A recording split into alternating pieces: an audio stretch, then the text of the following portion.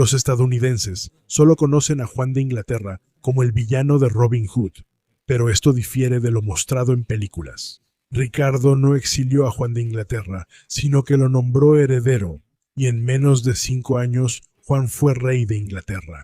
Durante su reinado enfrentó un gran desafío a su autoridad, lo que resultó en un asedio que no solo incluyó algunas de las máquinas de asedio más poderosas de la época, sino también la antigua práctica de la guerra de túneles, asistidos por 40 cerdos gordos.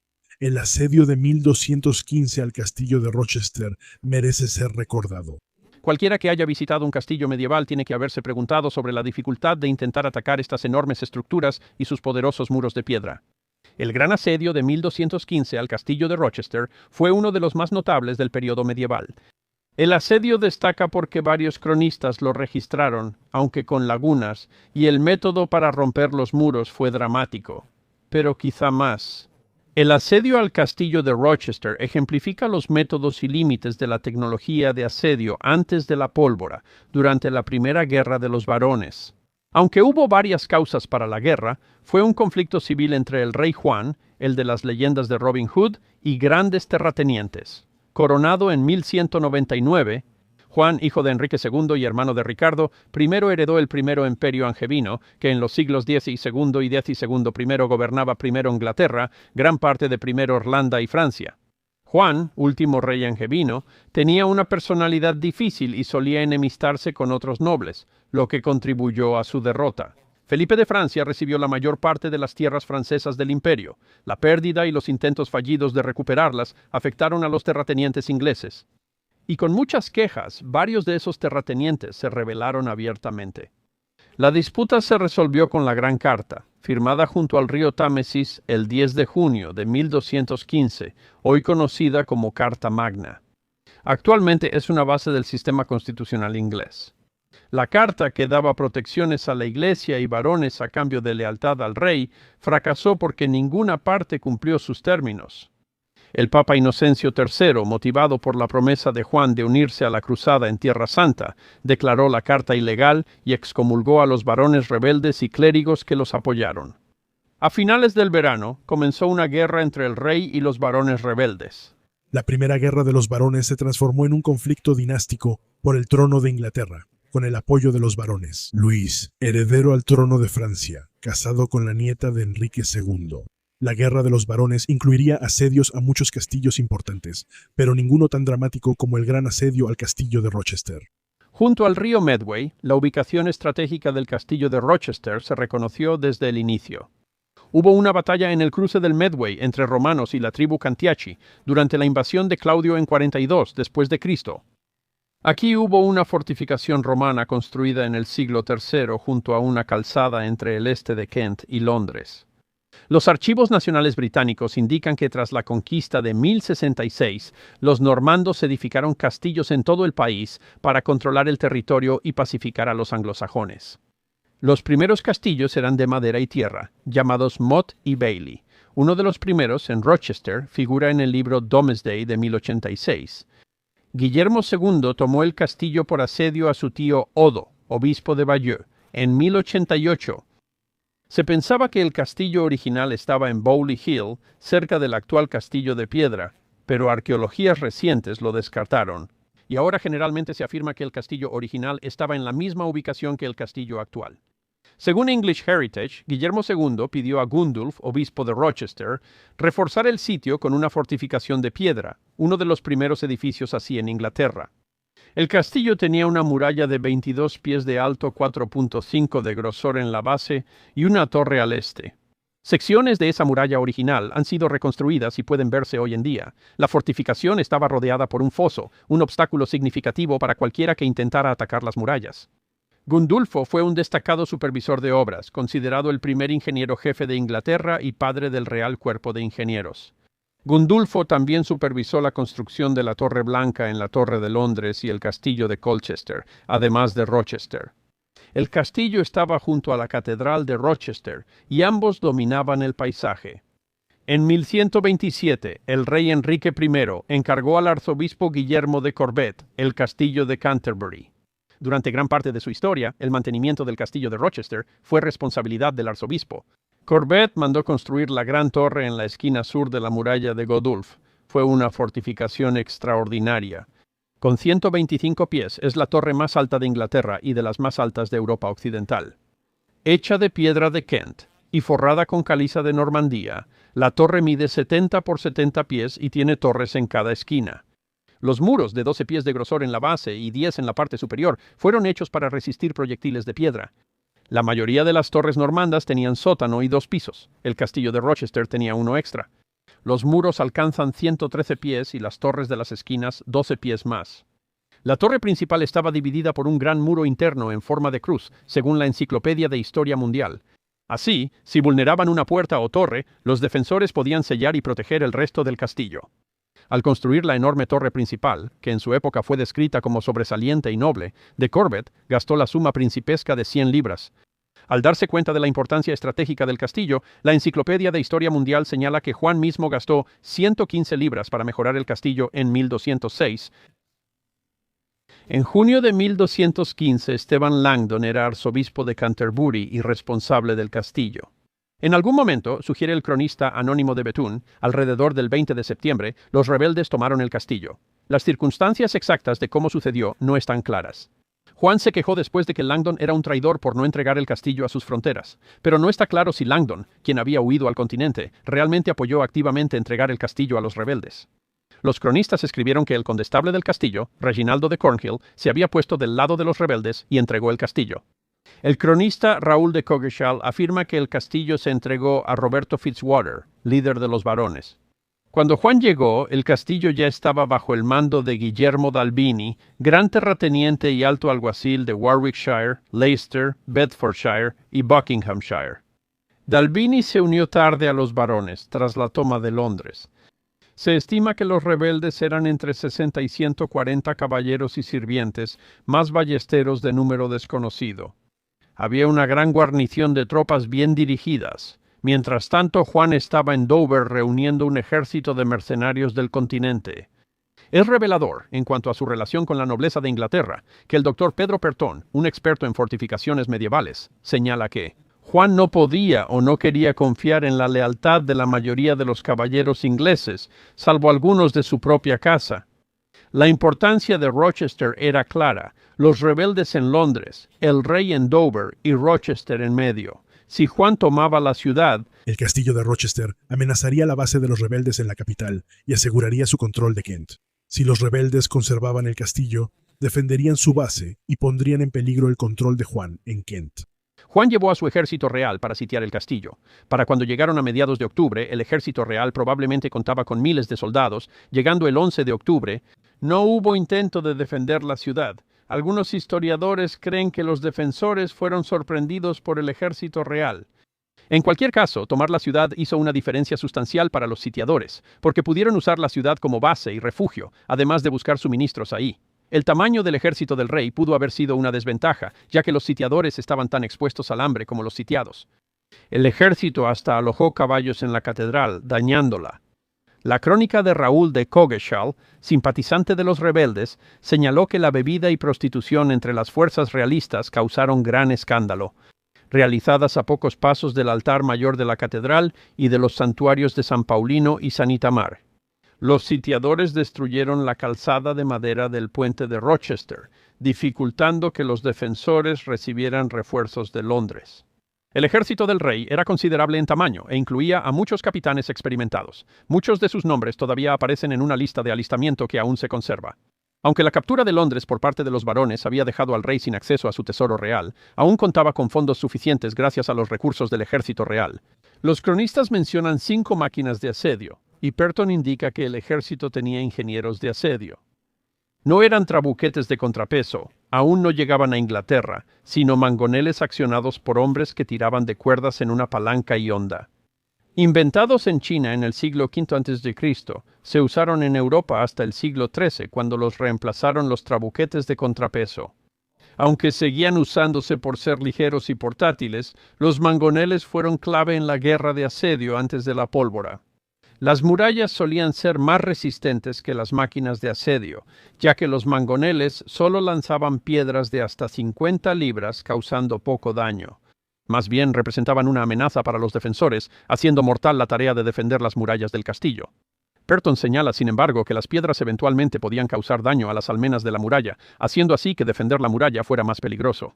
El impacto psicológico en los defensores fue clave, ya que el ejército del rey era tan grande que podía relevarse y seguir bombardeando. Con ambas, las máquinas de asedio y las ballestas se unen.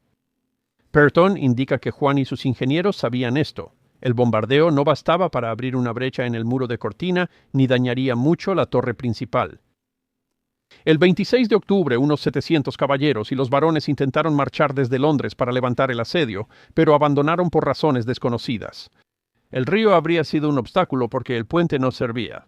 Pero el intento sí significó que Juan sabía que el tiempo sería limitado, ya que existía tanto el riesgo de un ataque por parte de los varones como de un intento de invasión por parte de Luis. Un cronista relató que por falta de suministros expulsaron del castillo a quienes no podían defenderlo. La crónica anónima de Barnwell dice Que Juan castigó a los expulsados por... cortándoles manos y pies. No se sabe cómo se rompió la muralla, aunque las crónicas dicen que mineros la derribaron. Y hay registros tanto de pagos a mineros como de solicitudes de equipo de minería como picos. Perton señala el problema obvio de que para hacerlo, los mineros habrían tenido que cruzar el foso. No se sabe el tamaño exacto del foso, pero llenarlo para que los mineros llegaran a las murallas bajo fuego habría sido lento y mortal. Y Berton especula que esto fue lo que ocupó a los atacantes durante los primeros 40 días del asedio. Entre el bombardeo y el llegar a las murallas, los cronistas sugirieron que el ejército del rey sufrió bajas significativas. Aunque la guerra de túneles implica una mina completamente subterránea, eso en realidad era poco común y en el caso del castillo de Rochester poco probable, dado el foso.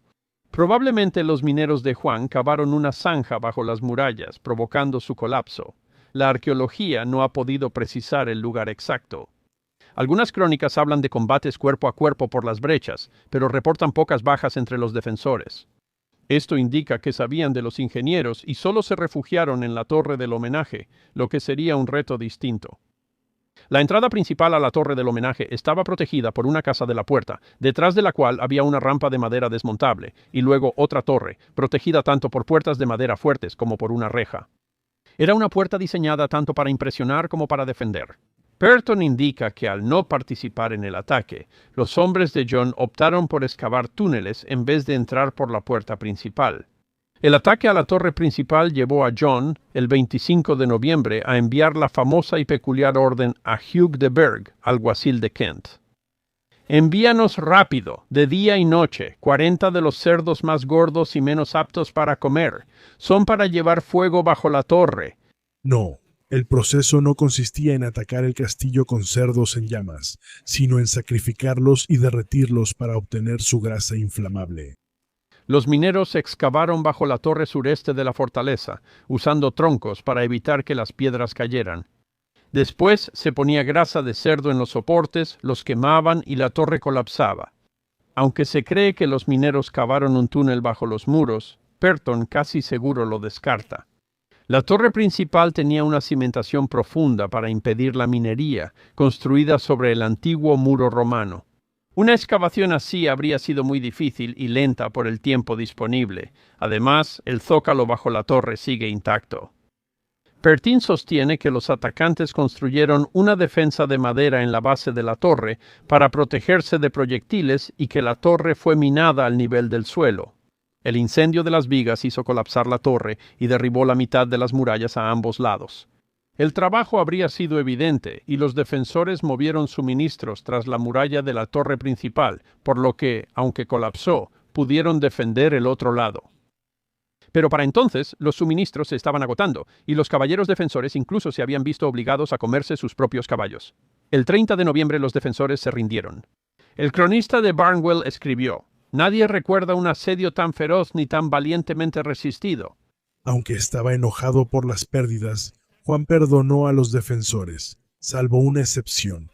Colgarlos a todos era muy riesgoso, porque sus tropas habrían dudado en servir, temiendo recibir igual trato si eran capturadas. Además, los cautivos podían intercambiarse por rescate.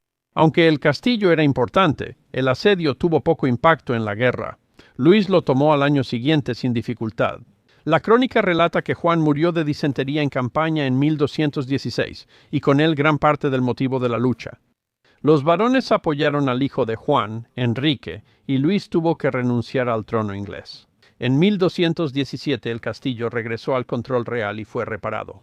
La torre destruida se sustituyó por una torre circular, aún visible hoy. La torre soportó otro asedio de los varones en 1264. Aunque en ruinas, sigue bastante intacta y es una de las torres del siglo XII más importantes que aún existen en Inglaterra y Francia. La película de 2011 Ironclad estuvo vagamente basada en el asedio del castillo de Rochester, aunque fue ampliamente criticada por su representación casi completamente inexacta históricamente del asedio del castillo de Rochester. El asedio al castillo de Rochester fue el mayor en Inglaterra hasta entonces y mostró los límites de la guerra de asedio. Aunque superados en número de 10 a 20 a 1, los defensores del castillo de Rochester resistieron casi 2 meses y causaron muchas bajas. Y al final, a pesar del esfuerzo de 40 cerdos gordos, fue el hambre, y no los ataques al castillo, lo que obligó a la rendición del castillo. Aún así, después del asedio, el cronista Barnwell escribe: había pocos que confiaran en los castillos.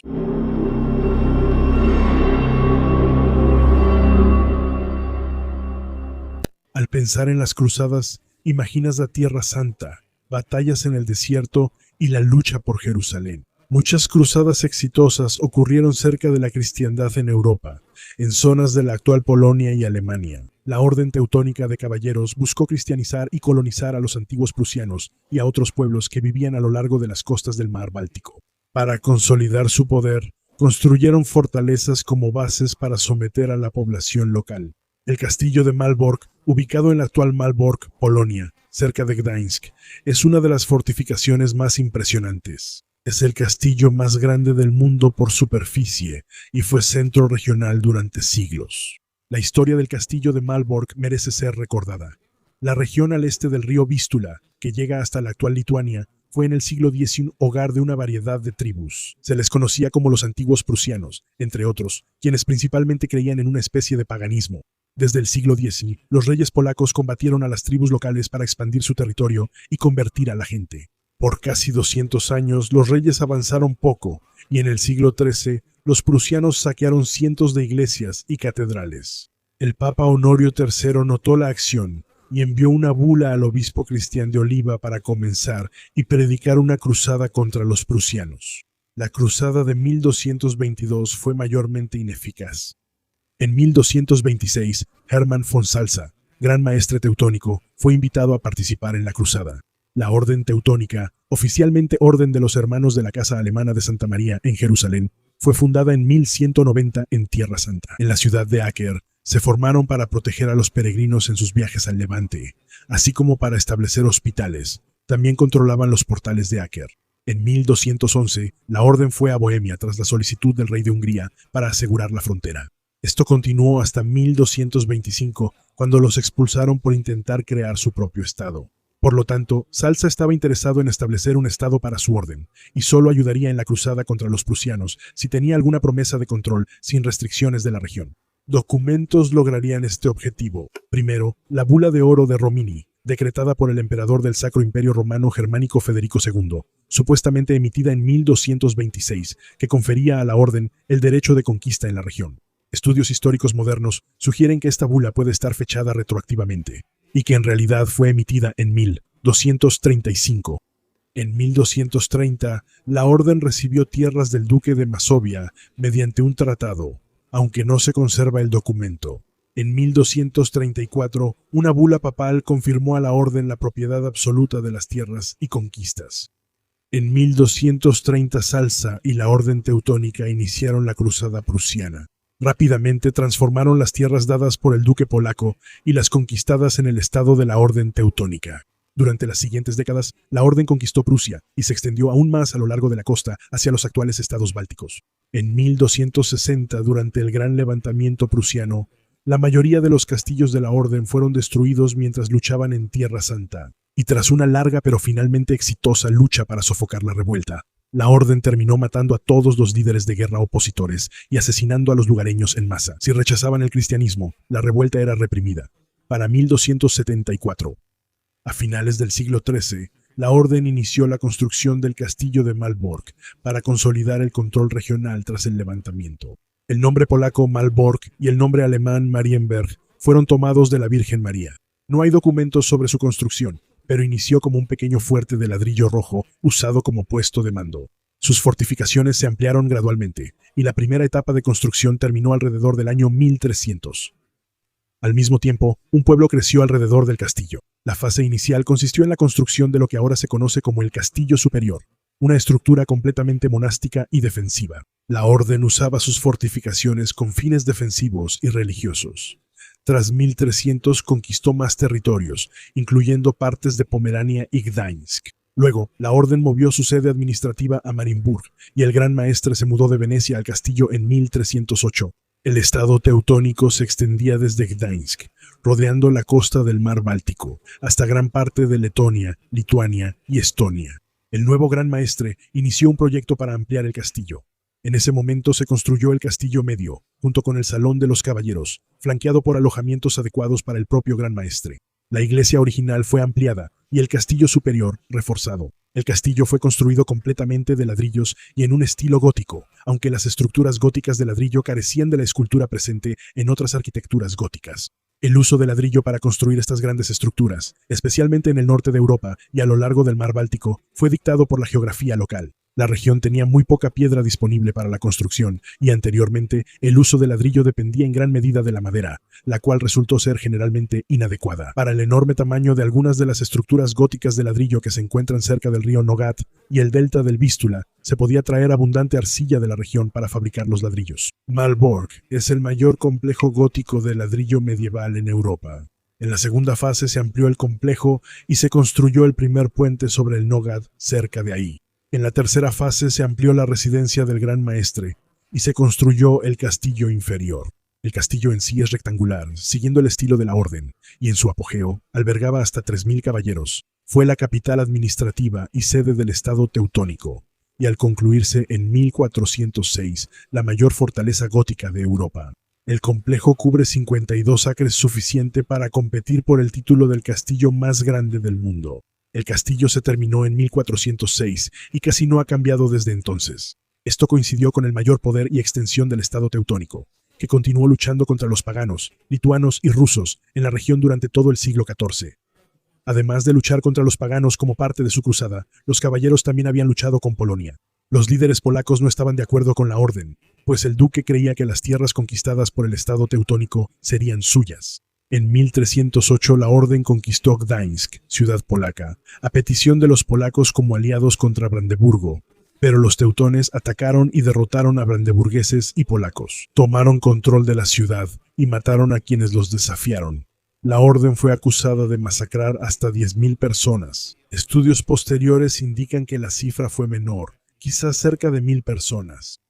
Esta acción llevó a guerras entre Polonia y el estado teutón, así como a demandas en la corte papal que fallaron a favor de los polacos, aunque los teutones no devolvieron la tierra a los polacos en 1385. La agresión teutona contra Polonia y Lituania provocó su unión personal, cuando el duque lituano se casó con la reina de Polonia y lideró ambos estados. El rey se convirtió al cristianismo y prometió convertir sus tierras, lo que puso fin a la cruzada teutona, pero no al conflicto entre ambas potencias. Los teutones invadieron Polonia en 1409, iniciando la guerra polaco-lituano-teutona.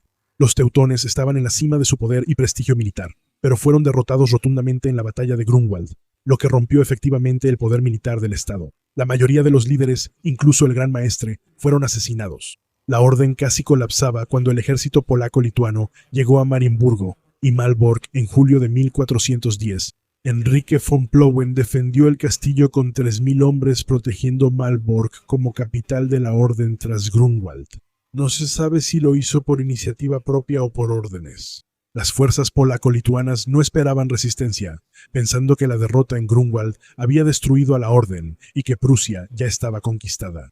Tras llegar el 26 de julio, enviaron fuerzas a tomar castillos sin guarnición. Permitió que von Plowen contactara aliados, lo que trajo refuerzos y préstamos para mercenarios. Von Paul ordenó quemar pueblos cercanos al castillo para negar refugio al enemigo. Mientras el ejército estaba en Marienburg, en otros lugares reunieron fuerzas para expulsar al invasor. Los sitiadores no estaban listos para un asedio largo. Les faltó munición y pronto sufrieron disentería. En septiembre, las fuerzas polaco-lituanas levantaron el asedio por refuerzos y baja moral. Von Plauen fue héroe al salvar la orden y recuperar la mayoría de los castillos en Prusia, antes de la paz de Thorn, que dejó a los teutones con la mayoría de su territorio. Sin embargo, la orden acumuló deudas y en décadas siguientes se ganó la enemistad de muchos prusianos por su gobierno. Los nobles prusianos, en particular, vieron que los nobles polacos gozaban de mayor control sobre el gobierno y de más privilegios. Los prusianos se aliaron con el rey Casimiro IV de Polonia y en 1454 los nobles prusianos pidieron incorporar Prusia a Polonia. Los prusianos se rebelaron y tomaron casi todo el país, dejando Marienburgo bajo control teutón. El castillo fue sitiado de nuevo por un enemigo más preparado. El asedio terminó en desorden tras la sorprendente victoria de los caballeros en Konitz, lo que lo levantó. Sin embargo, la guerra continuaba y las fuerzas polacas regresaron. En menos de un año, la orden no podía pagar a sus mercenarios y dependía del Sacro Imperio Romano. En 1457, el castillo de Melbourne era defendido por mercenarios, pero un general polaco los sobornó para que abandonaran las defensas. Casimiro entró al gran castillo sin gran resistencia. Los combates siguieron hasta 1466, cuando la Segunda Paz de Thorn terminó la guerra de 13 años. La orden conservó solo algunas tierras, no Marienburgo, y pasó a ser feudo y protectorado del Reino de Polonia. El castillo en sí, sin embargo, seguía siendo un palacio impresionante, y durante los siguientes 300 años sirvió como residencia de los reyes de Polonia, quienes se alojaban allí con frecuencia. El castillo fue sede del almirantazgo polaco, una casa de moneda y un arsenal.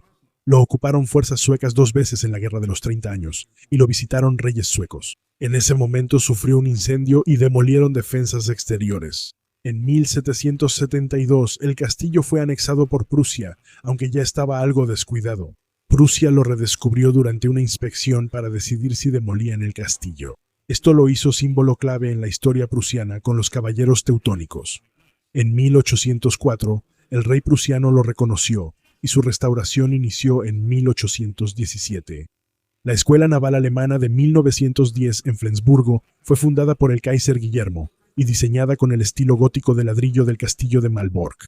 Durante el ascenso del Tercer Reich, los nazis utilizaron el castillo como parte de su historia mítica de Alemania. Fue un sitio de peregrinación juvenil nazi, y el castillo inspiró escuelas de la orden nazi. Durante la guerra, el castillo fue gravemente dañado por los combates y la explosión de un depósito de municiones ubicado dentro de la fortaleza. Hasta la mitad de la fortaleza quedó en ruinas después de la guerra. Desde la Segunda Guerra Mundial, Polonia ha continuado con los trabajos de reconstrucción en el castillo. Un museo del castillo se inauguró en 1965 y la restauración sigue en curso. En 1994 fue declarado Monumento Histórico de Polonia y en 1997, Patrimonio de la Humanidad, por la UNESCO. El castillo de Malbork, ejemplo de arquitectura gótica de ladrillo, se mantiene en pie desde el siglo XIII y tuvo un papel en la Segunda Guerra Mundial. En la época medieval, el castillo nunca fue tomado por la fuerza, lo que demuestra la fortaleza del castillo como fortificación. Actualmente es uno de los castillos más grandes del mundo, quizá el mayor. Es una parte única de la historia europea, cuando los europeos colonizaban otras zonas de Europa. Y los teutones, aunque menos famosos que los templarios, quizás desempeñan un papel aún más importante en la historia europea.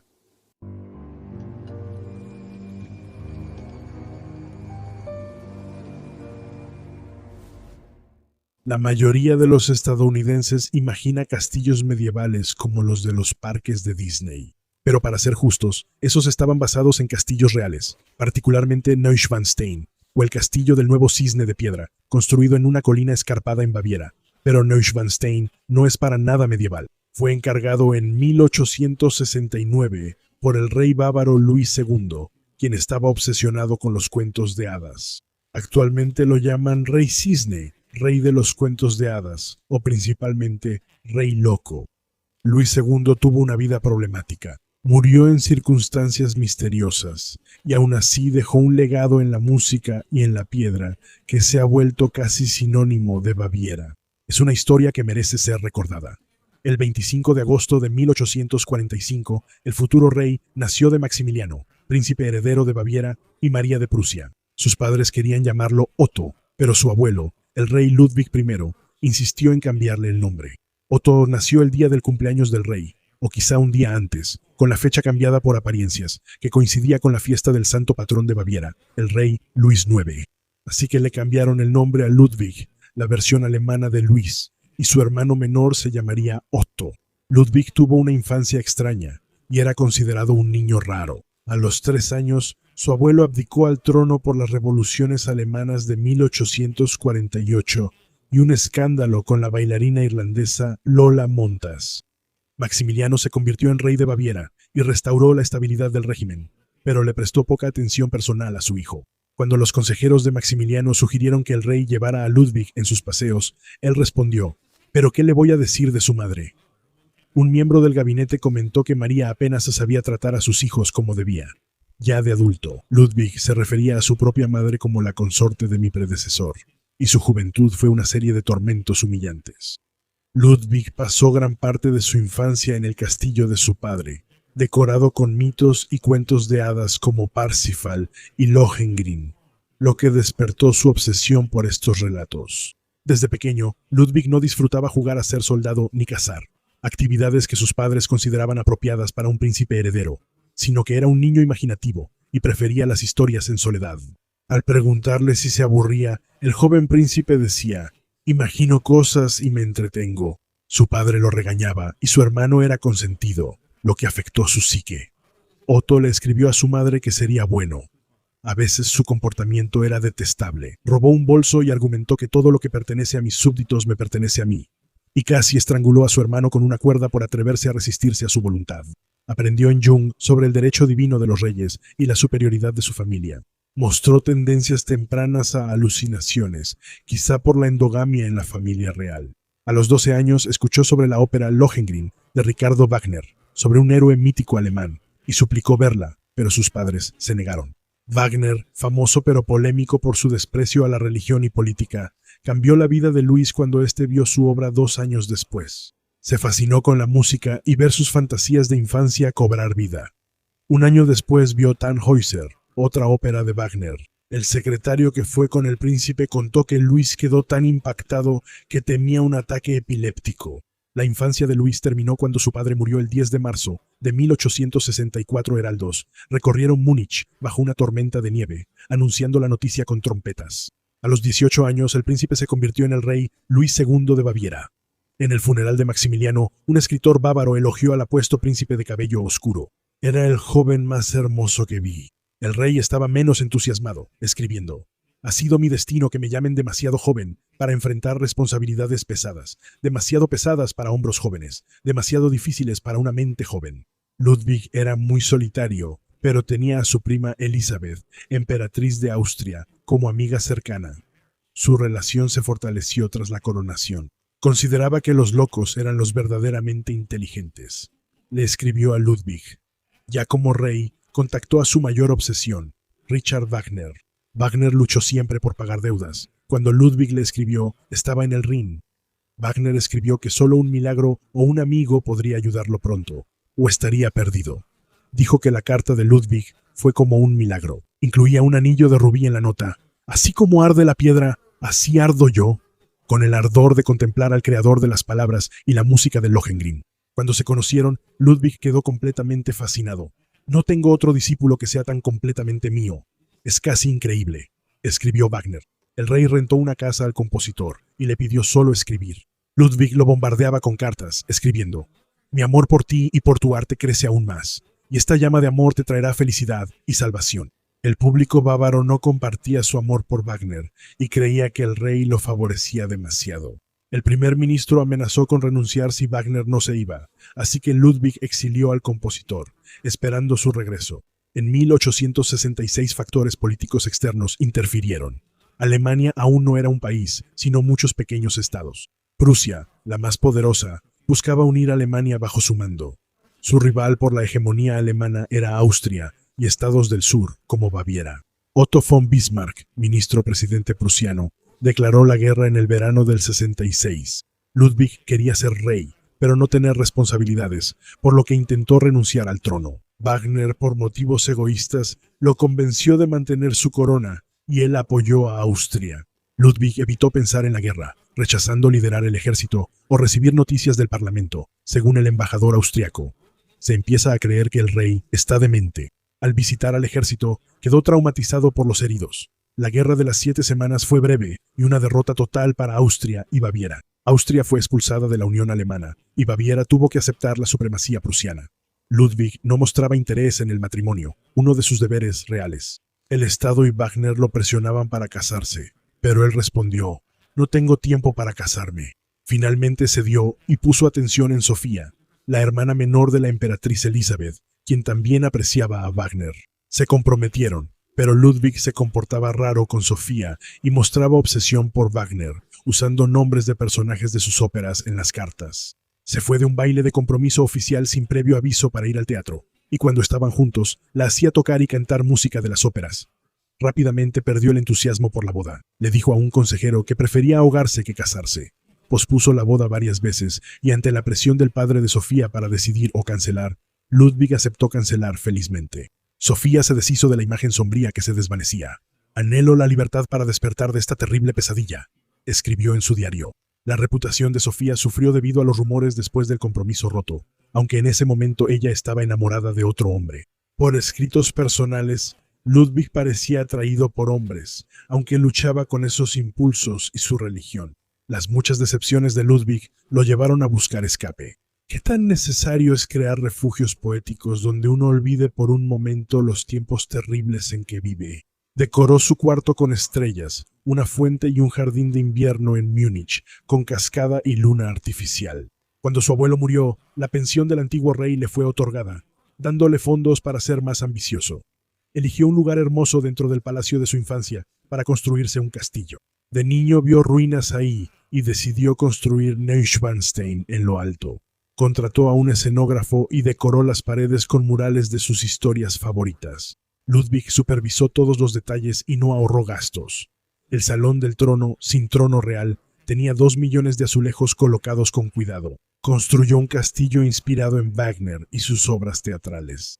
En 1870 estalló otra guerra entre Prusia y Francia.